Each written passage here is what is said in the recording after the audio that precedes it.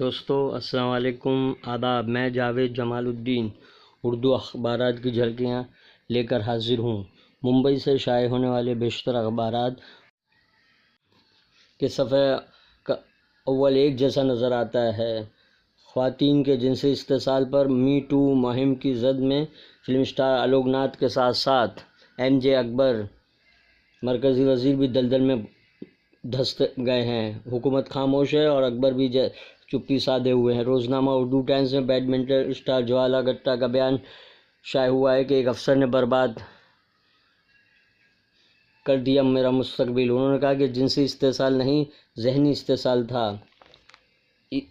می too پر Urdu Times, Urdu news, ہم آپ اور دہلی سے شائع ہونے والے روزنامہ ہندوستان ایکسپریس نے بھی اداریے لکھے ہیں۔ رائے بریلی میں ٹرین حادثے کی خبر کو نمایاں طور پر شائع کیا گیا ہے، جس میں 7 افراد ہلاک ہوئے ہیں۔ می ٹو پر اردو ٹائمز نے اداریہ تحریر کیا ہے۔ اس نے لکھا ہے کہ یہ وبائی شکل اختیار کر گیا ہے۔ اکبر پر استعفے کے لیے دباؤ۔ مرکزی وزیر روی شنکر پرساد نے اکبر پر تبصرہ کرنے سے انکار کیا۔ اردو نیوز نے ہندوستان میں بھی ہیش ٹیگ می ٹو کے عنوان سے اداریہ لکھا ہے۔ سپریم کورٹ کے رافیل سودے میں وضاحت طلب کرنے کی خبر صفحہ اول پر نظر آتی ہے، بلکہ اردو ٹائمز نے اسے لیڈ بنایا ہے۔ کینیڈا میں 17 لاکھ کی نوکری کے لیے پاکستانی جاسوس نشان نے لیک کی براموس کی جانکاری۔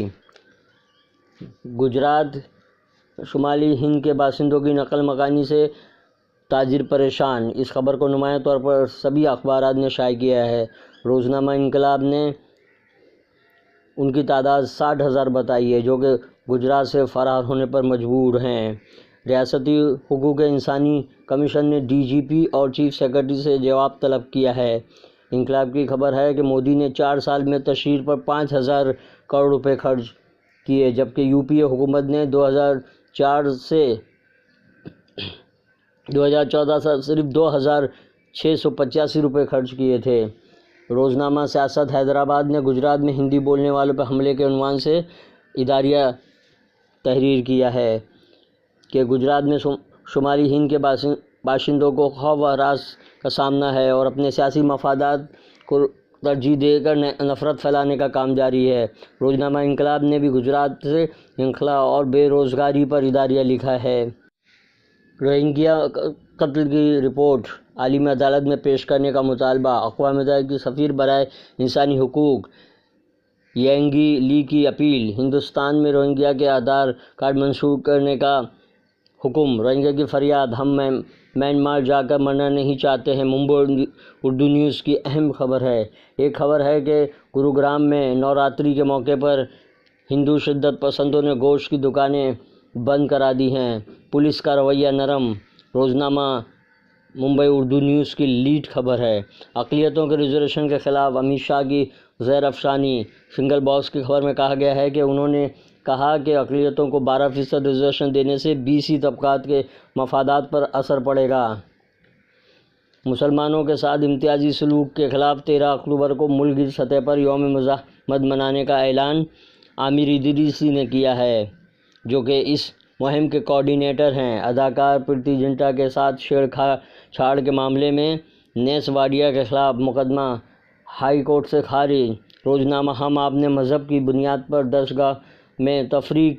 دہلی کے میونسپل اسکول میں ہندو مسلم طلباء کو الگ الگ پڑھایا جاتا ہے۔ مظفر نگر فسادات، متاثرین کے 27 خاندان اپنے گھر لوٹ آئے کو صفحہ اول پر جگہ دی گئی ہے۔ روزنامہ سیاست کی خبر کے مطابق طوفان تتلی اڑیسہ کے ساحل سے ٹکرا گیا ہے۔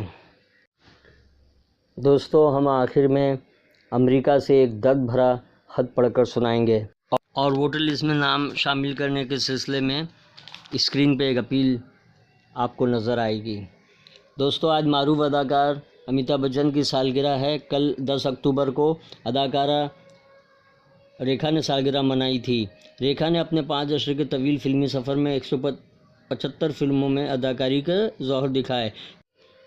انہیں کامیابی 1981 میں ریلیز فلم امراؤ جان سے ملی اور شہرت کی بلندیاں چھو لی، اس کے لیے وہ آج بھی گلزار صاحب کے شکر گزار ہیں۔ جہاں تک امیتابھ بچن کا سوال ہے، وہ آج بھی کون بنے گا کروڑپتی کے نئے ایپیسوڈ میں نظر آ رہے ہیں۔ سلیم جاوید کے تخلیق کردہ گرے مین ان کی ایک پہچان بنی فلم زنجیر سے۔ ایک اور ویڈیو میں تفصیل سے بات چیت کریں گے۔ دوستو، کانگریس کے سینئر لیڈر سید ذیشان احمد نے لوگوں سے اپیل کی ہے کہ وہ ووٹر لسٹ میں اپنا نام شامل کرائیں۔ دوستو، پیش کرتے ہیں اداکارہ سونالی بندرے کا ایک جذباتی ٹویٹ، جو امریکہ میں کینسر کا علاج کرا رہی ہیں۔ اداکارہ نے ایک ٹویٹ میں بغیر بالوں والی تصویر شیئر کرتے ہوئے لکھا ہے کہ ڈر کو حاوی ہونے دیا تو زندگی کا سفر دشوار ہو جائے گا۔ میرا خیال تھا کہ درد کو حاوی ہونے دیا تو میرا زندگی کا سفر خراب ہو جائے گا۔ تب میں نے فیصلہ کیا کہ میں محفوظ ہوں، مضبوط ہوں، میں بہادر ہوں، مجھے کوئی پریشانی توڑ نہیں سکتی، اور یہی جذبات ساتھ لے کر میں اس مرض کا، اس بیماری کا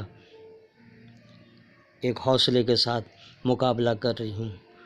یہ میں مبارکباد پیش کرتے ہیں روزنامہ انقلاب کے رکن قطب الدین شاہد کو، جنہیں مہاراشٹر سرکار کے صحافتی ایوارڈ سے نوازا گیا ہے۔ یہ آج کے اخبارات کی جھلکیاں تھیں، پھر ملاقات ہوگی۔ اللہ حافظ۔